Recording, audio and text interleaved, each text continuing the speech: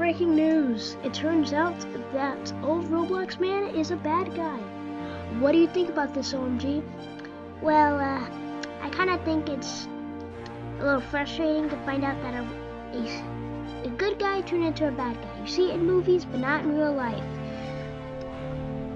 But all he wanted to do was be freed so he can cause more chaos in Flood City. I mean, this is bad. You can't just let him go around causing chaos with more floods. So, we're gonna go to Zachary.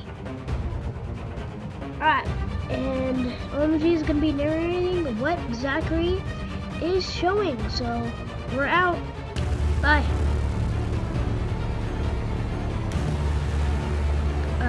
Go. So, basically, he built a robot.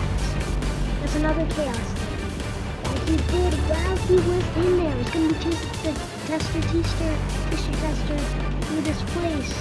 And the wall was being cut through. So our friend here, Jacob, he decided to put a little bit portals so you can go into the meet old Roblox man and beat him forever. So, I mean, this robot's pretty scary. I mean, it has no head. It's a headless robot.